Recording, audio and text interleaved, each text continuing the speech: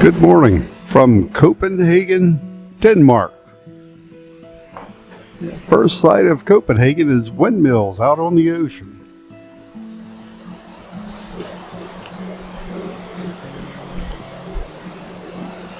So it's looking across at the city. It doesn't look like there is a whole lot of exciting stuff except right over in this direction. This looks like the downtown area is over here.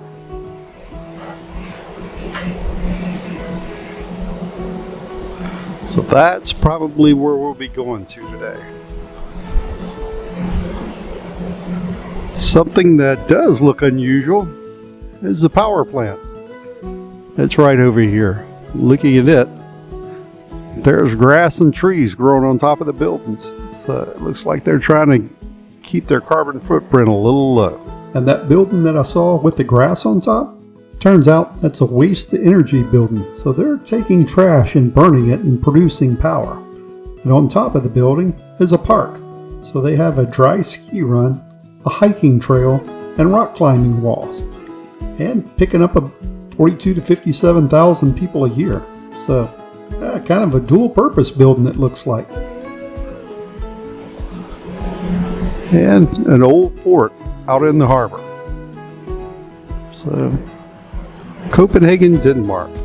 And today's temperature, it's in the low 60s. So low 60s, maybe high 50s, but more than likely low 60s. And the ship is pulling up to a pier. We'll walk to the other side of the ship real fast. The cruise terminal is Copenhagen Terminal 3. And again, grass growing on the roof. I reckon that's a good way to keep the energy costs down and possibly a little lower maintenance. And in case you don't know where Copenhagen, Denmark is, it's between the Baltic Sea and the North Sea. And if you're planning on staying on the ship, there's plenty to do. But we're getting off the ship today.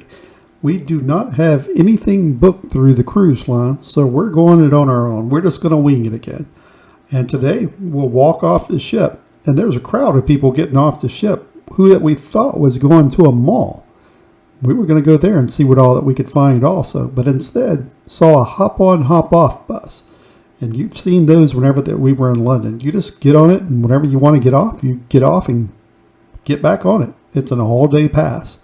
So this hop-on, hop-off bus was about $30 a person. And the first place we hopped off at was a castle. Rosenborg Castle. This is Rosenborg Castle.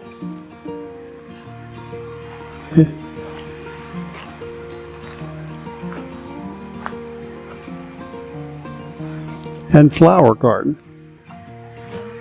So lots of flowers out here. Not knowing where the entrance to the castle is, we kind of wandered around the flower garden trying to find our way about. And there's a whole lot of flowers here. And this is a pretty good area. It's big. And like I say, it's connected to the castle, but the flowers are all free. You can wander around this area all you want, no charge. It's only maybe $5 or $10 to get into the castle area. And this spot in the flower garden, just a little ways out from the castle, seems to be a perfect place for our selfie. We follow the moat and see all kinds of fish in the moat. So as we follow it around, we finally find the entrance to the castle. Allora, questo è il castello di Cazzo.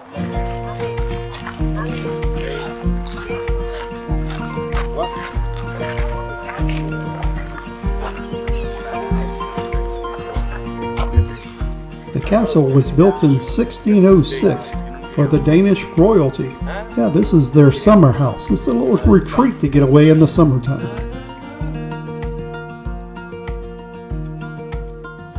And the interior of the house is decorated much as it would have been in the 1600s. Yeah, this is where all the rich people live. Royalty. Everywhere you look was frescoes on the ceilings, the walls, even fancy furniture everywhere.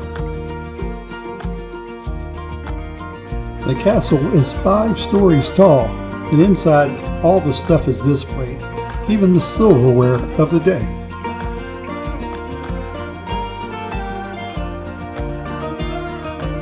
And the higher in the castle you would go, the more opulent the furnishings became. This is the tapestry room. If you look real close at the walls, they're all carpeted. So this is all carpets that are tacked onto the wall. Imagine having carpet on your walls when most people still had dirt floors.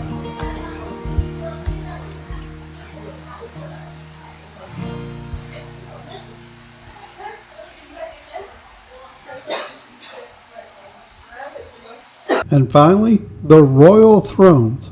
Well, not just that kind of thrones, but also these kind of thrones. This is where that the princess once sat whenever she had to do her business. But really, this is where their real thrones actually are. On both ends of this tall room at the top of the tower sits the real royal thrones. This is where they had parties and all kinds of gatherings, meeting all the royalty from other areas. So yeah, this is a swanky area.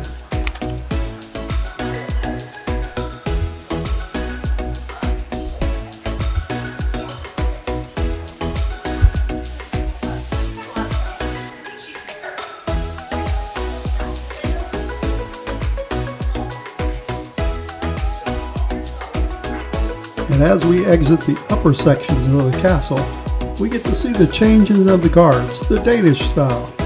So, we sat back and watched it. Though not as impressive as the London guards, still, it's nice to see.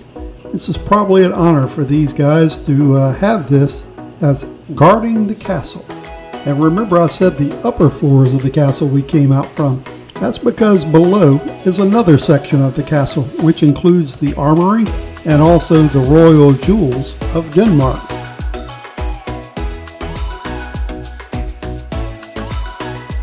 Earlier, right when we got to the castle, and we saw the fish with the moats around the castle. Turned out, the barracks for all these soldiers are right next to the castle, so they don't have far to go whenever that they want to knock off for a little break. They just walk right back over to where they live at.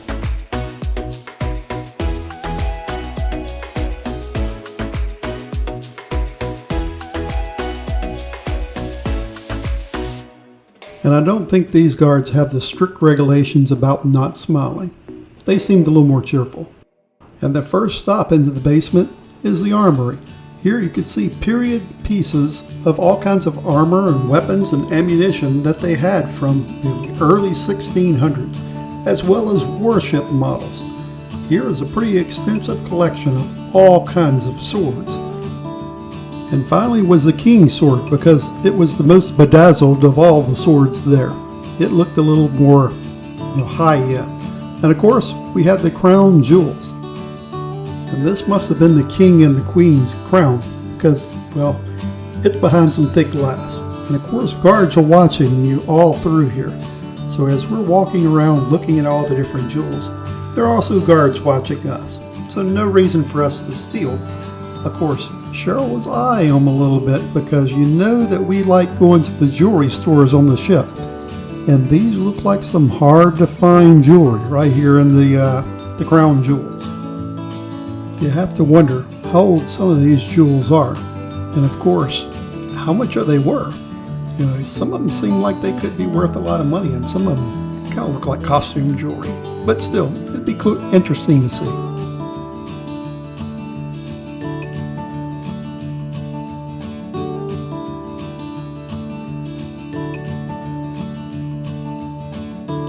Take for instance this one necklace. All these emeralds are on here. If those are real emeralds, a little small emerald is expensive. This is definitely a fortune for these emeralds. And after spending 3 or 4 hours at the castle, well, it's time for a snack. So we went downtown and picked up a little snack at a little cafe. Neither of us were extremely hungry, so we decided to split an appetizer, some Danish nachos. And here you can see they have guacamole and all kinds of stuff on top. They were good. Of course, that went along well with a mojito, and of course you have to get a local beer.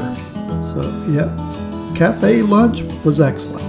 Running short on time, we decided to hop on the bus and just do a drive by some of the churches and, of course, all the canals downtown.